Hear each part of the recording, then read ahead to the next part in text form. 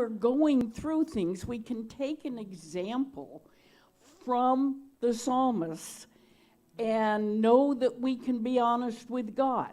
And so that's what the last couple of days have been about, complaining about their enemies, telling God how much they don't like their enemies and what God should do with them. And then they finally look up and they see that God's still in it, and they come to a peaceful point. However, today's psalm didn't come to that, so I'm reaching into yesterday's psalm, which started in complaints, but as we went through the psalm yesterday, we find the psalmist has grabbed a hold and said, "But I have trusted in thy mercy. My heart shall rejoice in thy salvation. I will sing unto the Lord, because he hath dealt bountifully with me." He looked up, looked into the face of God, remembered God's mercy toward him, and trusts in his salvation. The New Living says, instead of mercy, it says, "I've trusted in your unfailing love." God has an unfailing love for us, even when we think that maybe he's not there. Knock, knock, who's there?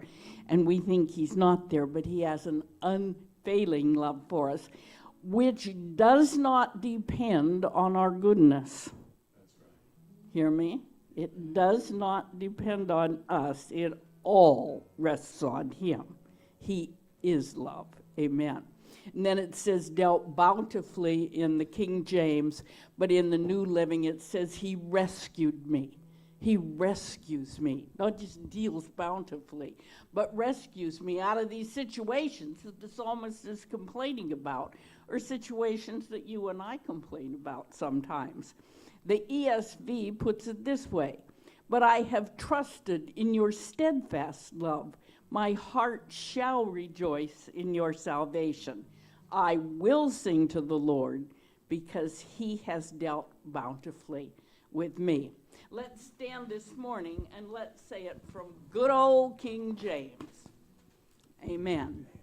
"But I have trusted in thy mercy. My heart shall rejoice in thy salvation.